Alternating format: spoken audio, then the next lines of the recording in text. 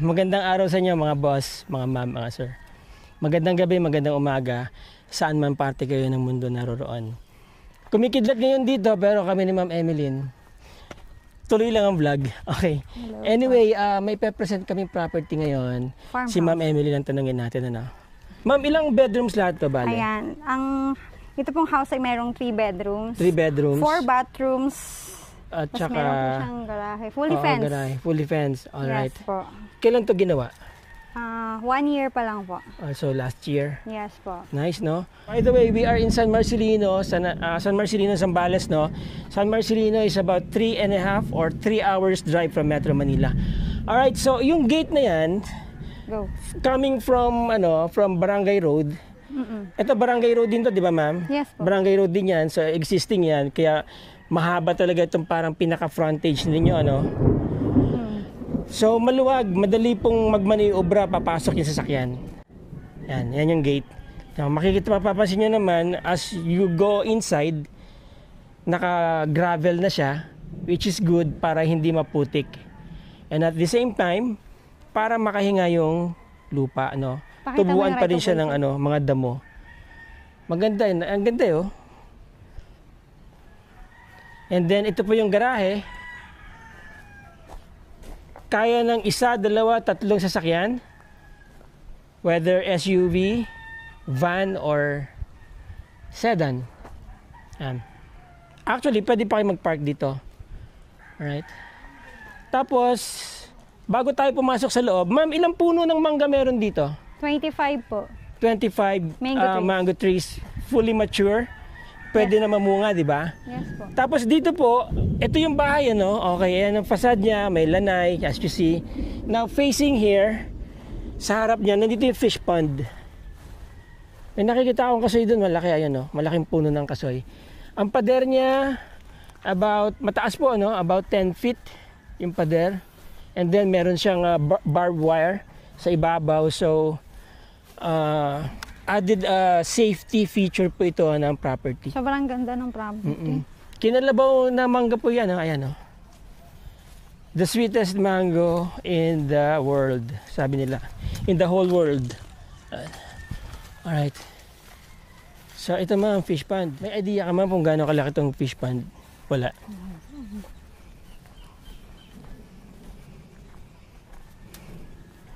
Yan. Ito po yung fish pond. Kapag tag-ulan, meron po itong tubig. Kapag nag-alaga po kayo dito ng hito, let's say, no, or mudfish, ngayon, wala kayong makukuha, nakabaon lang yan sa lupa, buhay po yung mga yan. Ngayon, kapag ito naulanan, nagkaroon uli ng tubig to, mabubuhay uli yung mga mudfish na yon or yung mga hito na yan. And then, pwede nyo pakinabangan. Or, during the rainy season, pwede kayo mag-alaga ng African hito. Added, business kung gusto niyo magnegosyo ng ganun. Marami-raming African hito to, tonelada. Ang maganda po dito, kapag summer natutuyo siya, hindi kayo nagkakaroon ng stagnant na tubig. Diba? Yan. Yan si ma'am. Ang laki nung ano din, may sir. gusto ka bang batiin, ma'am? Hello po ulit sa lahat ng viewers. Sa lahat po naging client namin, thank you again, always. Always, yes. Always. So, this is the lanay. No, wrap around, para siyang wrap around, maluwag. Naka-spandrel po yung kisame sa labas, or this is parang WPC, wood plastic composite. Marites kayo dyan. Okay. And then merong enough na ilaw, no? So ito maliwanag dito sa gabi. Maganda, American style home, ano ma'am? Yes. Tama ba? Gusto ng tahimik, retirement. Yan. Yes, Apo. that's right. Tahimik, retirement. Parang yung client natin kanina naghahanap ng tahimik na lugar. And then this is a very ideal place for you mga boss. Sa inyo, yan. Yan ang kanyang dito, open na. Oh. Maganda ang pintura, no? Very clean. Maganda ang pagkakagawa ng bahay. Simple pero there is something unique in her, itong bahay, no? Alright?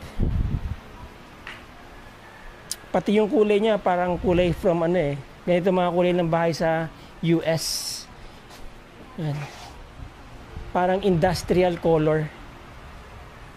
Usually kasi pag industrial color, nagkakaroon ng perception na heavily, ano, alam niyo na, parang pang industrial yung mga ginamit na pintuan, you know. Sir, ano ba to? Dirty kitchen? Yan, no? Kunyari ikaw yung kliyente ko. Anong masasabi mo? Naka-separate yung ano, mas maganda. Bakit? Nasa labas siya. Yung alin? Yung dirty kitchen. Oo. Para pag may visitors. Oo. Tsaka para kapag, alam mo, advantage yung nasa labas ng dirty kitchen. Kapag may mga nagluluto dito, yung amoy, yung ano, hindi Yung papasok sa loob. Yung Di ba? So, nandito lang siya. Lalabas lang dun sa may bintana.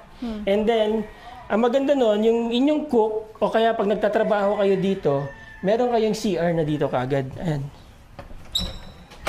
Di ba? Oh. Maganda rin ang CR ha. Hindi lang pang CR ng mga usual na, alam niyo na, kasi pagka yung kusinero lang, CR lang ng kusinero. Di ba? Hindi, kumbaga, hindi naka-tiles. Pero this one, parang CR na rin ng ano, master bedroom.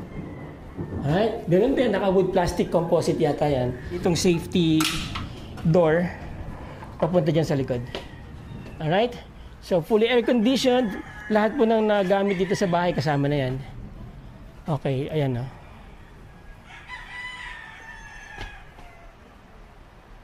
Diba? Ganda. May mga vent siya, no? Mapapansin nyo, wala po siyang perforated na area. Pero meron po siyang ganito. Ayan. Ewan ko kung saan yan galing, no? Pero, ano yan eh, vent out ng hot air or whatever. Hindi ko pa nakita yung loob ng bahay eh. Okay? Ayan. So, split type aircons. Maganda tong ginamit nilang ano, downspout. Imported yata, ayan o. Malinis tignan, hindi siya bilog, kaya bumagay siya dun sa industrial look ng property.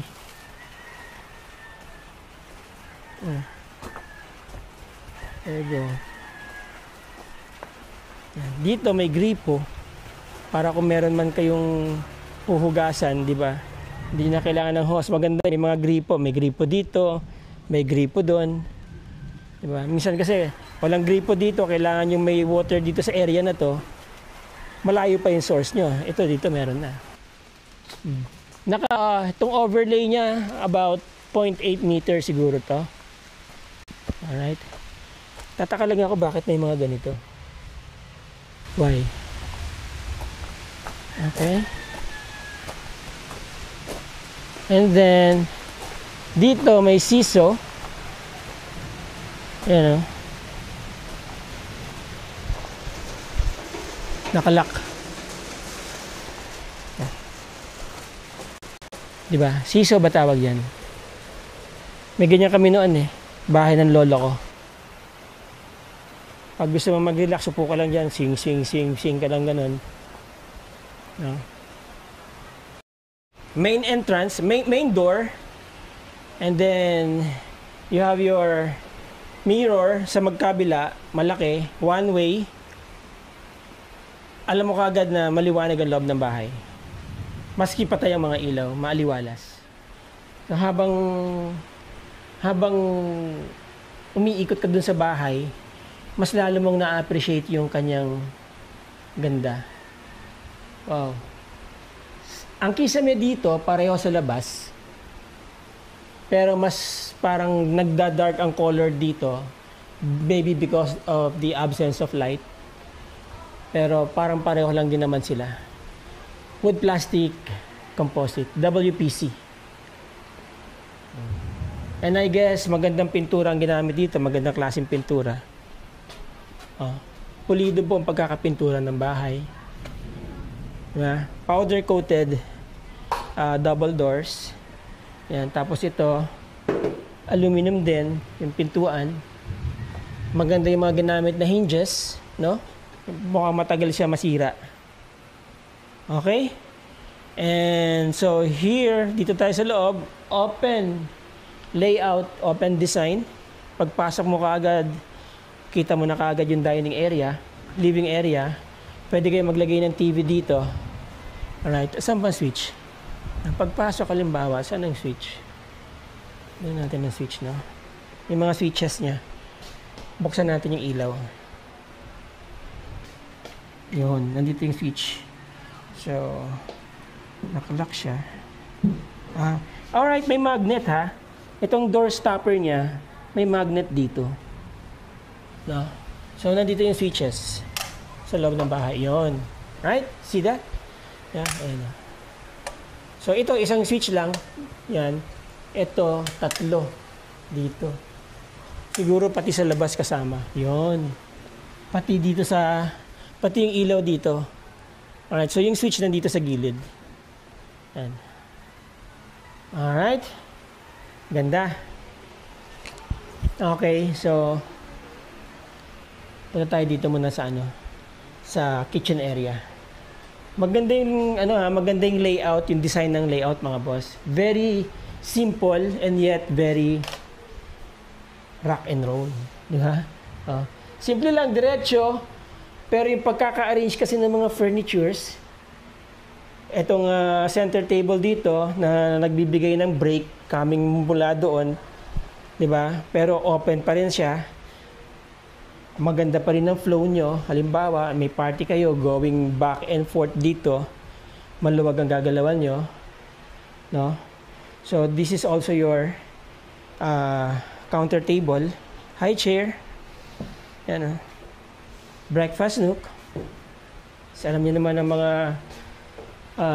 ganitong bahay, minsan marami kayong mga nilalagay na mga kailangan ng kuryente. So halimbawa, nag-charge kayo ng cellphone nyo anywhere, at least madali kayo makakita ng spot. Okay? Kasama na po itong Condura ref, freezer, and yan na yung fridge. Pero you know what? Napakaganda nitong Condura. Napakagandang yan. Brand yan. High-end po yan. Okay. Cabinets. Alright. So, dalawa lang yung cabinets niya dito, no? Pero, syempre, maganda na rin kasi malalaki naman. So, may mga shelves to sa loob. Malamang, ayan. Now, I'm not sure kung kasama yung mga yan, pero sabi, kasama na doon lahat ng gamit sa bahay. Sa presyong bibitawan ko. So, basically, you're just going to move in, no? Damit nyo na lang yung dala nyo, tsaka yung sasakyan nyo.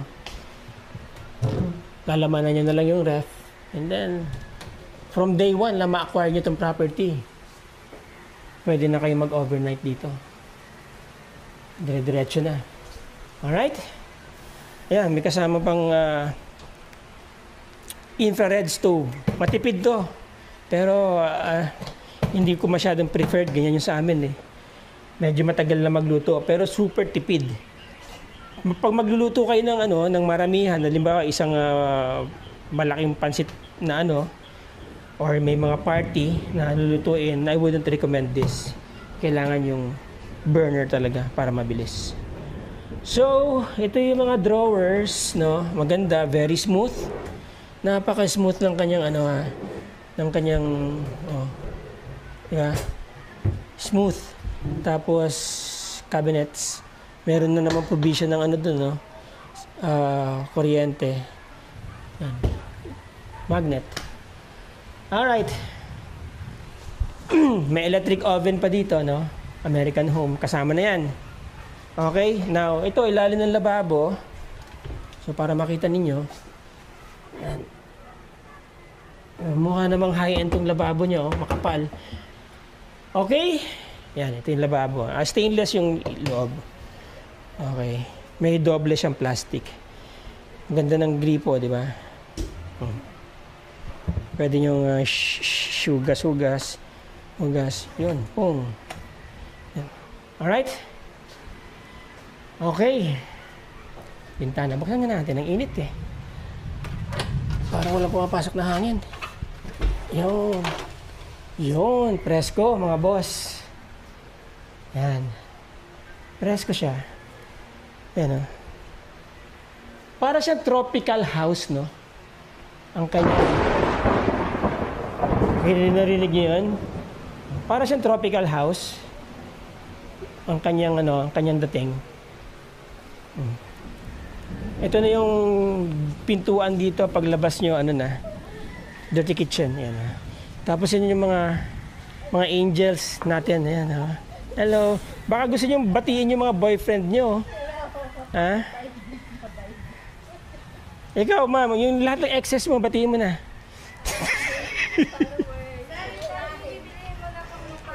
Yes. Wow, ito nice ha. Aluminum mo, ang ganda ng ang ganda ng kulay niya. Talagang blends well doon sa property. Very industrial ang kanyang look. Very sleek. Yan.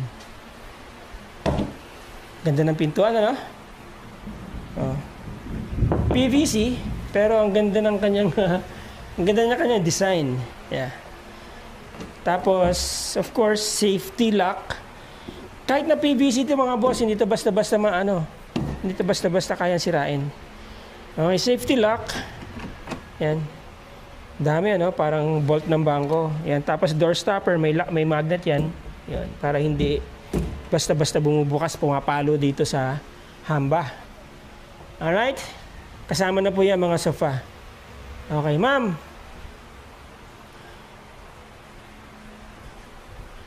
May idea ka kung gaano kalaki floor space nito? Okay. Oh, maganda yung mga kwarto niya, ha? Kasama gamit lahat. Oh, kasama gamit lahat, di ba, ma'am? Yes po. Alright. Ibig sabihin kasama din to. Yes po. Ganda, oh. Gawa sa Gawa Naikot mo na yung mga room, sir? Kable ng kuryente. Ayan, oh. Alright. Dito tayo sa first room. Pagpasok nyo from dito sa main door, dito tayo sa kanan, kaliwa, first room sa kaliwa. Ayan. Okay. This can be your master bedroom. Usually kasi yung master bedroom mas malaki, di ba? May sariling comfort room and toilet and bathroom, I mean. Ayan. Yung kisame niya, lahat WPC. Oh. May aircon na po. Oh, barn door. Ayan. Pero this is made of, I think, kahoy. Kahoy. Alright? Very smooth. Anong kanyang pag tinulak niya yun, no? Siguro may lock yan dito. Yun. Yun, pinakalock niya. Para nakabukas lang siya. Alright, so ito yung toilet and bathroom. Yun. May hot shower na. Magandang brand din yung brand ng hot shower. Ariston. Diba? Ang ganda ng niya, ang ganda ng style niya, no? Hot shower, shower. So meron kang hot and cold, no? And then ito yung shower mo. Yan yung mga knobs. Yan ang tiles. Although hindi umabot dun sa kisame, pero mataas na siya. Naka-accent siya ng mosaic. Yan. Vanity mirror.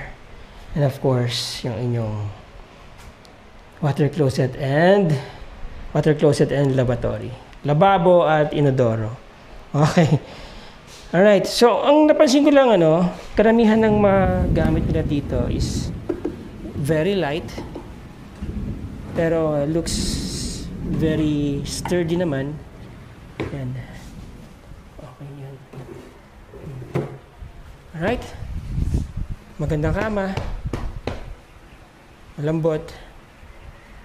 Bago pa siguro para may tag pa yan, no? Nice. May mga saksakan dyan, yun, no? So, bawat corner merong outlet. Alright. Magandang doorknobs, no? High-end. So, may Meron ding door stopper dito. Ayan, pong. Ayan. Para hindi siya pumapalo. At saka para ito, hindi tumatama dito, no? Okay. And then, next is toilet and bathroom. Common. Ayan. Ayan. Merong exhaust. Shower room lang to, mga boss. Walang shower room. Powder room, I mean. Alright, so, ano lang to, powder room. Wala siyang shower. So, may powder room dito. Alright, so, yan ang powder room. And then, here is another room.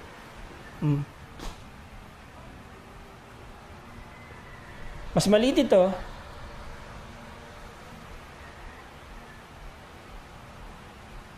This is about 20 square meters. Meron ng double deck bed dito. Parehong double bed. Ata yan. Hindi eh. Queen size. Malapad yung double deck bed. At ito, bintana. Yan. Diba? Lumiwanag, oh. Alright? Okay. Barn door. Uli. CR yan. Alright. May sariling CR tong kwarto na to. But, wala hot shower. Although, meron kayong provision doon kung gusto nyo maglagay ng hot and cold. Okay. There you go. Yan. Hello. Tignan nyo naman mga boss, basa na naman tayo ng pawis. No? Okay. Hindi na natin sara. Mamaya na po natin isara. And as we move along, labas tayo dito. Maganda. No, maganda rin to. Dalawa yan, no. Meron pa to. Ano kaya to? Piston. Alright. Then here, sa kitchen, ay kwarto ulit. Meron din sariling CR. May sariling toilet and bathroom din. Double deck bed. Ay. Boom. Barn door ang CR. No, kulit ko. Okay, yan. Same layout ng toilet and bathroom. Same design. Okay, merong ayan, napapalitan po yan. Actually, pinaplug lang yan kapag may problema na. May dito, exhaust. Yan. Maganda ilaw, maganda kisame. Pare-pareho lahat. May sabitan ng mga towels dyan. Brief, anything na kailangan yung isabit. Yan. Towel. Alright. Okay, stainless, mga boss. Ganda. Okay. Right. Ganon din ang pintuan. Of course. Yan. Alright, so there you go, mga boss, mga ma'am, mga sir. Magandang bahay, no? Napakasimple. Masarap tirahan. Maluwag ang inyong bakuran. Ayan. May mga mangga kayo dito. Safe kasi mataas ang bakod. Tsaka sa yung gusto ng away sa city. Oo. Tapos rest house. Yeah. Vacation house ta. That's true. Ang ganda. Oo. Mamimitas ka na lang ng main. Okay.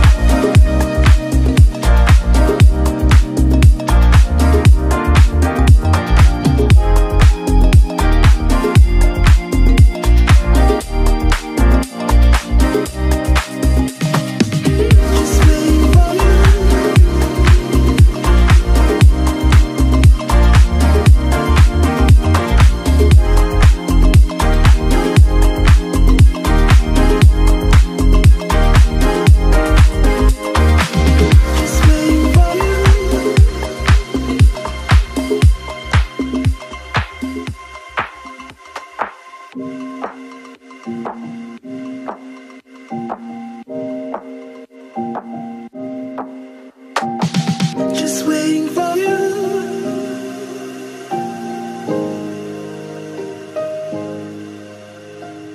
Just waiting for you.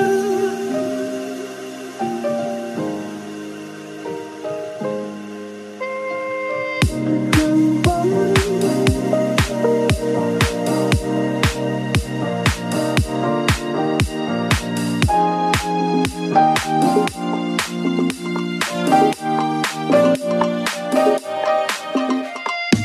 Just waiting for you.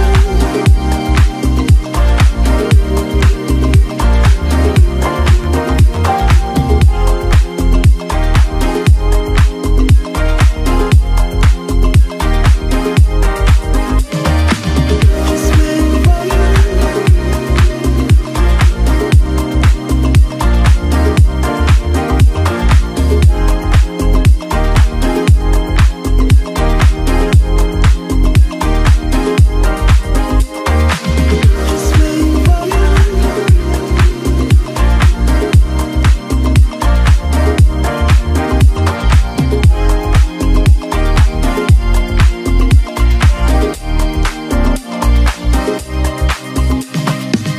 Just waiting for you.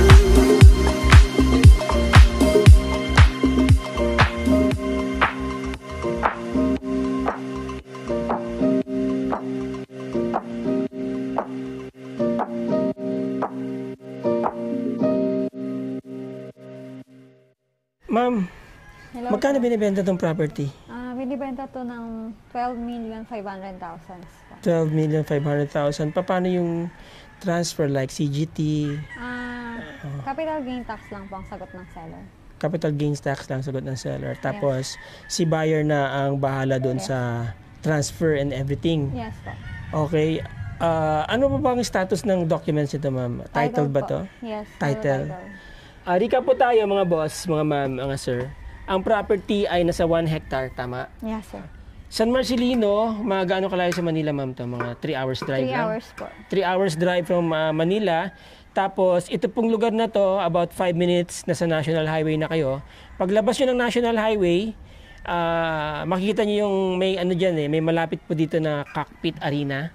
Malapit lang, pero hindi nyo maririnig yung pag may nagsasabong dyan. Malayo Hindi siya pa. ganun kalapit. 5 minutes po. Opo. Pero dadaan kayo doon kapag lalabas kayo ng National Highway. And then, from National Highway, pagkaliwa ninyo, about 5 minutes drive lang ulit, o wala pa, baka 3 minutes drive lang, nandyan na po kayo sa Central Business District ng San Marcelino. And San Marcelino is a fast-growing municipality of Zambales. Kasi nag-sprout na po dyan ng Jollibee, mayroon na ilalagay ng McDonald's dyan, meron na po nga mga bangko, BDO, no? Malapit po kasi ito sa Castillejos and Subic, which are also very progressive municipalities ng Zambales. Okay? So ma'am, yung mga interesado dyan. Wait lang, lagi mo lang ako binibigla lagi sa question. Ayun, sa mga interested po, tawag po kayo kay sir. Yes. Sa kanyang Viber. Viber, WhatsApp, and Globe. Yes. po. Alright, okay. Actually, magtataka kayo bakit lagi ko kasama si ma'am. Si Ma'am Emeline po ang aking property finder. Okay? Ang ating property finder, kaya may mga napapanood po kayo mga ganitong videos, siya po ang nag-a-arrange lahat yan ng mga i-vlog ko. Okay? Tapos, kapag meron po mga nagkagusto sa property, tinutulungan po ni Ma'am Emeline sa documentation. Opo. Kumbaga, marami na rin po siyang, maganda na rin po yung level na experience niya. Hindi na rin matatawaran pagdating sa pag-aayos ng mga dokumento. Okay? So, ma'am. Thank you so much po. Mga boss, mga Thank you ma'am, po. mga sir. Maraming Mag-ciao ka, salamat. Sir, makalimutan. Alright. So, there you go, mga boss, mga ma'am, mga sir. Baka pwede ako magpalipad ng drone ngayon, ha? Pwede. Oo. Para ma-upload na. Yeah. Alright. Tatry ko po magpalipad ng drone para pasilip sa inyo kasi kumikidlat eh. But anyway, hanggang dito na lang po yung video natin. Maraming salamat sa inyo mga boss, mga ma'am, mga sir. Till the next video. Ciao.